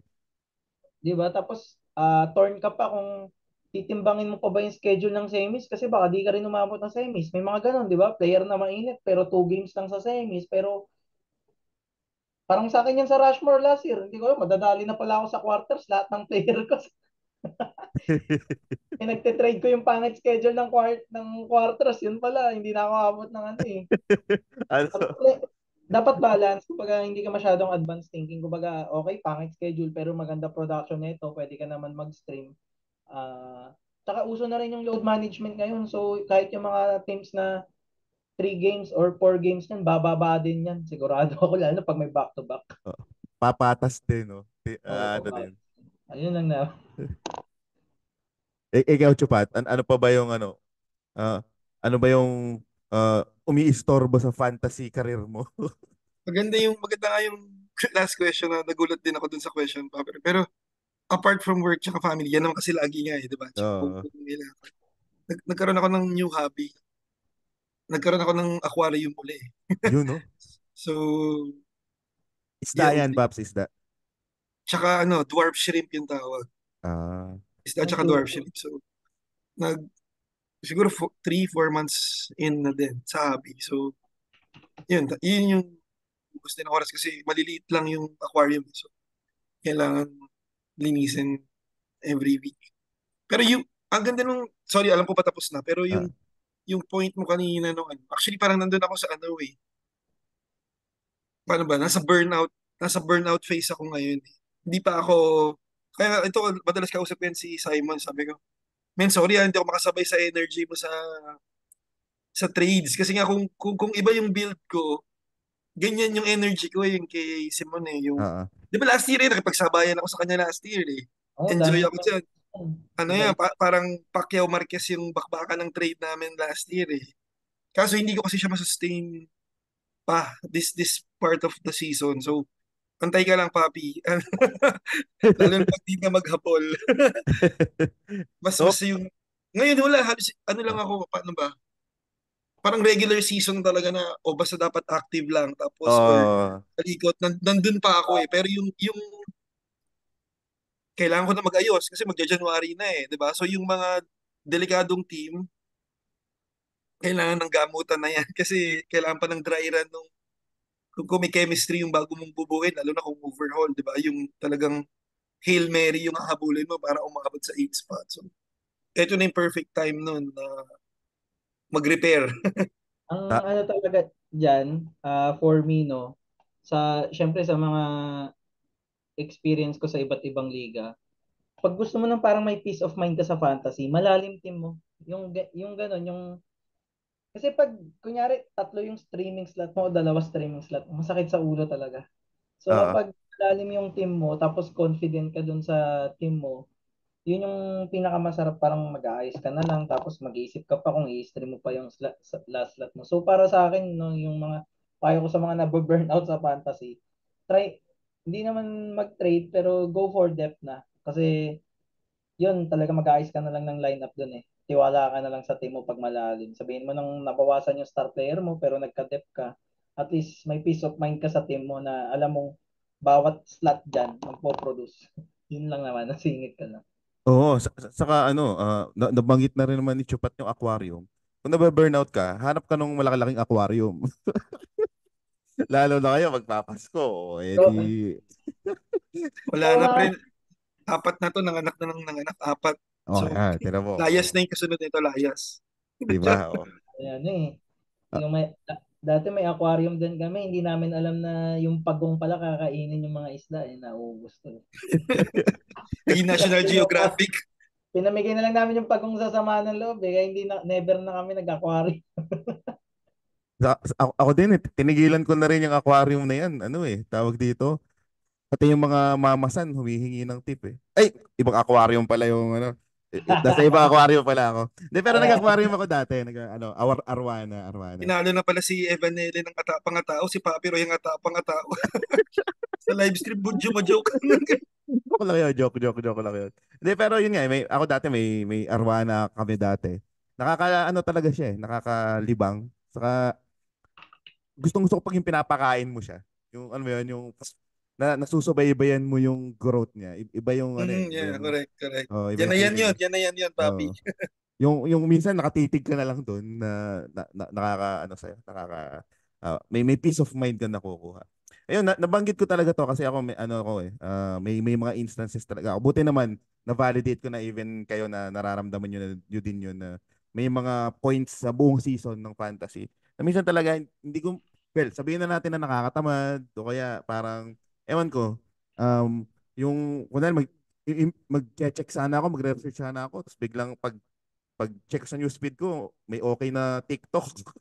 Hinihila na ako ng ano eh, ng Ayan, impyerno. Hinihila na ako ng impyerno. ganyan nga, Papi Roy. Hindi effective kasi di-distract ka eh. Di-distract ka eh. Ibang bola yung nakikita mo eh. Pero ano yan, good na napag-usapan natin yan kasi I'm pretty sure yung iba din na-encounter yan. Unless sobrang hardcore nung liga nyo, tas ikaw talaga parang may goal ka. So props to you. Wala namang masama doon.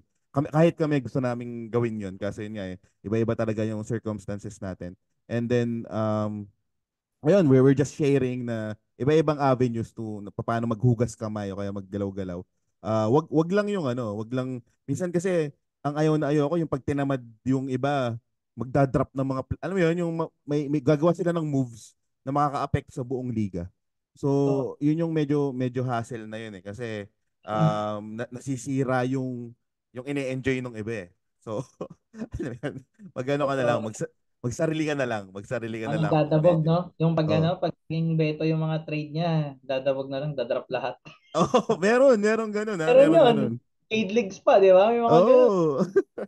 Ano yan, tawag dito, tested yan, meron talaga. Pero it's part of the experience. Sana hindi mo na ma-experience nung iba. Pero yun, sobrang solid nung usapan natin. Feeling ko marami pa tayong pwede pag-usapan eh. Nag-hold back lang tayo. So I'm pretty sure meron pa tayong another session, another ano na naman, combination. So maraming salamat mga paps. So bago ang lahat, um, ano muna, shoutout sa inyo, may gusto ba kayo i-shoutout, may gusto kayong sabihin, may gusto kayong i-trash talk, kahit ano, Paps. Umpisahan natin kay Papi Simon. Ah, una shout out no sa kasali sa mga main league ko sa Pinoy's League. So sorry nabigla yung mga bagong sali no, sila AJ Don, sila Jojo kasi binuo ko talaga yung liga na yun. Lahat ng alam kong addict sa trade, pinasok ko doon sa liga na yun. Nabigla sila, 2 weeks pa lang, parang 10 trade na yung nangyari. Partida, wala pa akong trade doon sa first 2 weeks na noon. Tapos, tsaka na ako na humabol. Tapos, syempre, shoutout sa girlfriend ko, si Denise. Ayun, Yun, no? tulog na siya. Pinaalam ko to. Sabi ko, yung may-ari ng fantasy page ng Philippines, in-invite ako dito. So, karangalan dito, sabi ko. Then, shoutout rin kay Josh Lloyd dahil hindi pa rin ako makamove on sa Paul Reed niya, no? Na nakalutang lang sa mga waiver ko. Pero baka mapahiya ako, wag natin baka mapahiya ako, no? Mahaba pa yung season. Pero, yun, shoutout sa kanya kasi may mga projection naman siyang tumama. Yung mga Jalen Johnson niya, di ba? Tumama yun. Oo. So, ayun. Siyempre, sa iba pang mga kaliga natin dyan na nagpa-fantasy. Yun lang. Ayun, shoutout mo si Papi AJ. Busy ata ngayon, eh, no? Hindi natin Oo, hindi nakasama. nagpaparamdam. Isa pa yun sa Paparamdam. malalakas na fantasy manager na kilala ko. Okay. i-guess natin dito. Hahanapan ko ng malupit na random na ka-partner. Ayun, thank you Papi Simon in the Thank you, house. thank At congratulations Paps. Alam kong nalalapit na ang iyong wedding Paps. you. Ay, thank you. So, ayan, regaluhan kita ng malupit na trade. Bigay ko na sa Derek White Paps. Regaluhan ka doon ni Papi Roy na aquarium. Yung sinasabi niya aquarium.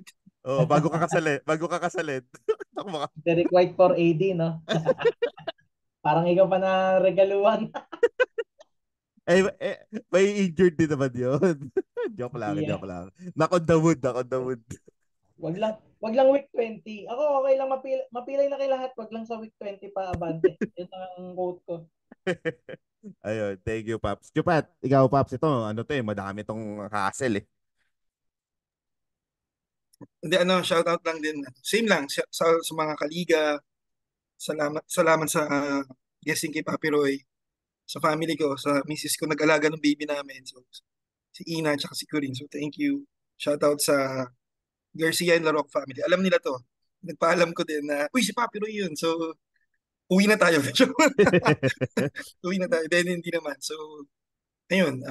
Regards daw, Papi Roy. So, kilala ka naman dito. So, and Ay, ano pa. Yun, masaya lang. Shoutout kay AJ. Ang ganda ng matchup namin. Hirap na hirap ako. Pero yun lang, sasabi ko lang walang Bradley Billion siya Bam Adebayo. Mahilig si AJ sa trash talk eh. So, na-joke lang. Mahal ko yan si AJ. Ibang level din yan. Saka yun yung masaya kasi talaga nung may trash talk eh. Ano yun eh. Parang feeling ko hindi ka Pinoy, saka hindi ka parang parang hindi naglaro ng Dota dati, ng Counter-Strike dati. Kapag Oo. hindi ka marunong mag-trash talk eh. Ano yan eh. Tapos ganito na yung mga edad natin na alam mong i-shrug mo na lang. Tatawanan mo na lang na parang, uy, maganda yung banat na yun, di ba? So, yun yung nakakamiss na na mga experience. Kaya ako pinopromote ko talaga na hopefully madami pa maglaro ng fantasy basketball sa Pinas kasi ang daming experiences na nagme-merge. Alam mo yun, dahil ito yung trip natin, tapos iba-ibang generations, iba-ibang pananaw, iba-ibang ugali, di ba? Matutuwa ka eh. Saka, ang masasabi ko lang, itong pinakamalupit kong pang-invite dati, pag nag-i-invite ako, parang tayo na, Paps, gusto mo invite din natin sa liga mo yung ex ng GF mo ngayon, o kaya yung boss mo, para meron kang legit na reason para i-trash talk. Kasi, ano yun eh. Ako, dati, ginawa ko na dati yan eh. Shoutout doon sa mga boss AJ, Enriquez, yung mga boss na mga tinalo ko dati. Joke lang, joke lang. So yan, doon yan, maganda yan. Makakausap mo ba sa smoking area? Para sa akin talaga, solid, solid yung fantasy. Kaya ito, tinan mo, magkakaiba kaming tawag dito, GMs, hindi kami magkakalala before pero dahil sa fantasy basketball, nakabuo tayo ng community na almost na hindi tayo nagkikita personally, pero almost parang tatagal na natin magkakaibigan eh. Parang, alam mo yun, we share a lot of things na we share a lot of things na we are passionate about. Ayan, maraming maraming salamat mga paps. So I hope nagustuhan niyo yung episode namin. Bagong format to. Again, naisip ko lang kung nagbiyahe ako, parang mas interested ako na makinig nung ganto. Kasi pag yung mga Josh Lloyd, dati talaga, lalo nung bago si Josh Lloyd, siya talaga yung siya yung standard eh. Uh, well, dahil may tools and all, experience and all, saka yung passion niya, contagious talaga eh. Pero feeling ko at some point, lalo na tayo ng mga vets, minsan pino-forward mo na lang yung YouTube niya. Tapos tinitingnan mo na lang yung slide eh. O sino ba tong mas add dito? Tapos pag nakita mo, okay ka na eh. Hayaan mo na eh. Minsan ako natutuwa ako kasi may mga joke siya, ano mo, yung mga banat niya. Sa iba kasi yung joke ng Australiano eh. Parang hindi siya katulad ng Pinoy. Kaya minsan, the more na corny siya, the more na natatawa ako. So yun yung inaabang ko. Yung Oh, humor niya, di ba? Pag gets mo, nakakatawa eh. Pag gets mo uh, yung humor niya, yung nakakatawa siya kasi ang corny. Ganun yeah, yun eh. exactly, di ba? Saka ano siya, pag nagkikwentuhan kami ni Papi Josh, mahilig siya sa wrestling. So nagkaroon pa kami ng another commonality na may mga banat siya na nagigets mo agad, di ba? Pag nanonood yun ng wrestling. Kaya yun. So naisip ko, mas malalaro natin yung mga ganong tidbits of information na hindi lang fantasy na nadadaanan lang sa ganitong format wherein ganito naman talaga tayo magkwentuhan eh. Parang, uy, ano lang, anong balita dyan? O kaya, anong sa palagay mo dito? Na ginagawa na din naman natin via chat. So, why not i-record natin? Kasi minsan, kapag in the flow ka, lalo yan, si Papi Simon, ayan, dito si Chupat, kaya nga pinagsama ko kayo. Pag in the zone tayo minsan, pag magkaka-chat tayo, di ba? Ang dami mong eureka moments eh, na parang, oo nga, no? Hindi ko naisip yun eh. Na hindi ko masabi sa inyo, kasi syempre, baka gawin ko sa inyo eh. Gawin ko nga to sa'yo, parang ganun. Pero sa loob-loob mo, natutuwa ka kasi may mga golden nuggets ka natututunan eh.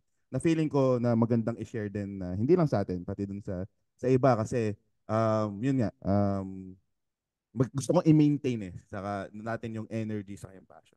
So ayun, thank you so much mga Paps, solid na episode na naman. Ang aabangan, ano bang maaabangan sa akin? Siguro maglalabas lang ako ng isa pang episode na nalimutan ko nang gawin. So magre-review ako ng mga liga, lalo na sa Rushmore. So hindi ko na natutukan yon. So qualifier kasi yon. So tututukan natin siya. Gawa tayo ng separate episode doon. And then, dahil linggo na bukas, Monday, ayun, shoutout sa Radyo Pilipinas Sports Dos. So abangan niya yung yung segment natin diyan. So yung usual na weekly strategy na ginagawa ko, doon ko na lang nilalagay para kasi medyo dagdag din siya doon sa doon sa time eh. So siksik na lang natin doon. Iniiba ko din yung angulo ko doon pala sa weekly strategy. Malupit if you check yung mga ginagawa ni Papi Brian Dailisan, yan si Chupat nagpo-post din yan. Fantasy Benchwarmers nagpo-post din yan. Ako kasi ang ginagawa ko ngayon, nire-recta ko na eh. Na parang, ito na lang pulutin mo. Nakita ko na yan. First 3 days, ganyan. Parang, kasi minsan, kapag lalo na sa mga bago, nakakalito siya eh. Overwhelming eh. So, sobrang daming information. Parang at the end of the day, pagkabasa ko, okay, so anong gagawin ko dito? Ako pa rin pala yung magde-decide. Pag bago ka nga, I mean, no offense naman, kasi dumaan din kami dyan. Pag bago ka nga, yun yung pinakamahirap na part eh. Yung decision making na part eh. Madaling mag-consume ng information. Pero yung decision making, naka-root siya sa experience mo. Naka-root siya sa mga favorites mo. At ang pinaka-worst is naka-root siya sa bias mo. Kasi yun yung, pag bago ka, yun ang strong personality mo eh. May certain players ka na bias ka. So, yun, that's the reason why we have this community para maging guided tayo lang. Ayan, ayos.